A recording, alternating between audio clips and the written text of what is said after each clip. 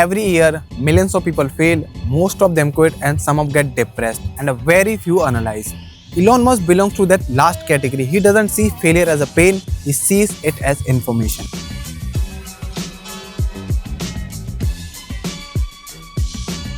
The reason most people never build anything meaningful is not lack of talent, it's a way they interpret failure. For Elon Musk, failure is not a setback, it's a measurement tool.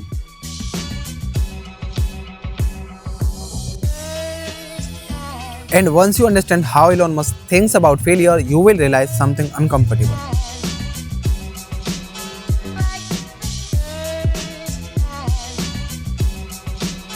The reason most people never build anything meaningful is not lack of talent, it's a way they interpret failure. For Elon Musk, failure is not a setback, it's a measurement tool. And also, Elon Musk is not just a billionaire. In this video, we will discuss 3 important key aspects about him that might completely change how you see success.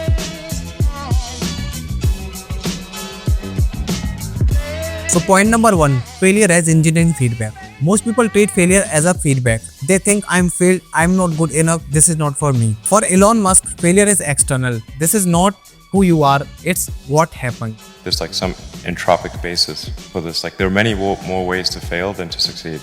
So you have to explore, particularly like for a rocket, there's like 1,000 ways a thing can fail and like one way it can work.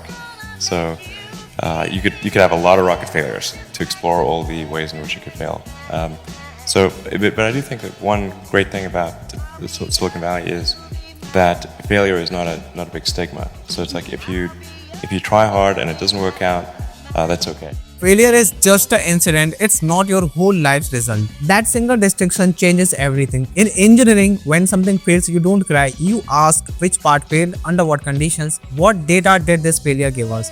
This is exactly how SpaceX works. When a rocket explodes, Elon doesn't say we failed, he says now we know what doesn't work. If failure makes you emotional, you repeat mistakes. But the other side, if failure makes you analytical, you compound your progress. I repeat again, for Elon Musk, failure is not a setback, it's a measurement tool. And one more thing, the environment you live in matters more than motivation. What you see every day slowly programs how you think. That's why I personally keep positive thought frames around my workspace. Not just as decoration, but as mental reminders. Because thinking like Elon Musk, it doesn't start with talent, it starts with what you repeatedly expose your mind to. So point number 2.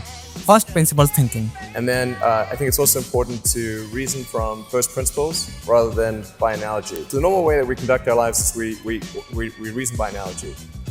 We're doing this because it's like something else that was done, or it's like what other people are doing. It's kind of mentally easier to reason by analogy rather than from first principles. But by first principles is kind of a physics way of looking at the world. And what that really means is you kind of boil things down to the most fundamental truths and say, okay, what are we sure is true or as sure as possible is true? And then reason up from there. That takes a lot more mental energy. Most humans think by analogy. They ask, how is this usually done? But the another side, Elon Musk asks, how is this actually made of? That's dangerous thinking because it destroys assumptions. When experts told him rockets are expensive, he didn't accept it. He broke the idea down: aluminium, titanium, carbon fiber, labor. Then he asked, why I'm paying 10x for something that costs 1x to make?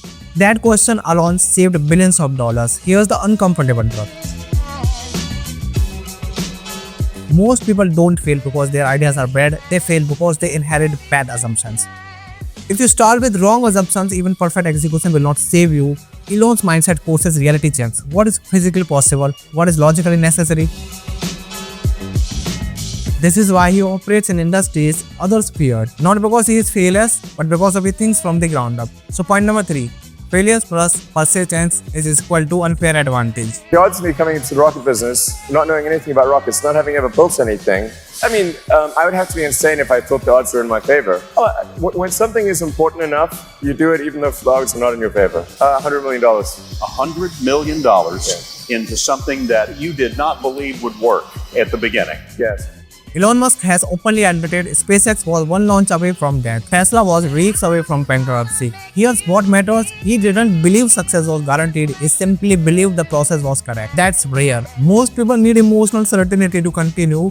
Elon Musk only needs logical justification. If the math makes sense, if the physics works, he stays. So confidence is emotional, but the conviction is logical. This is why he survives pressure others can't. When your identity isn't attached to winning, you can afford to lose longer. And those who can can afford to lose longer, eventually win bigger. So final conclusion of the video, let's strip this now. Elon Musk is not successful because he is lucky, he is successful because he treats failure as feedback.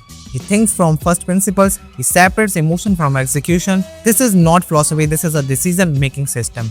And systems beat motivation every time. So I repeat again, for Elon Musk, failure is not a setback, it's a just measurement tool. So if you are serious about upgrading your thinking environment, I have shared something simple in the description, positive thought frames that reinforce the kind of mindset we talked about today. No pressure, just something that helps you.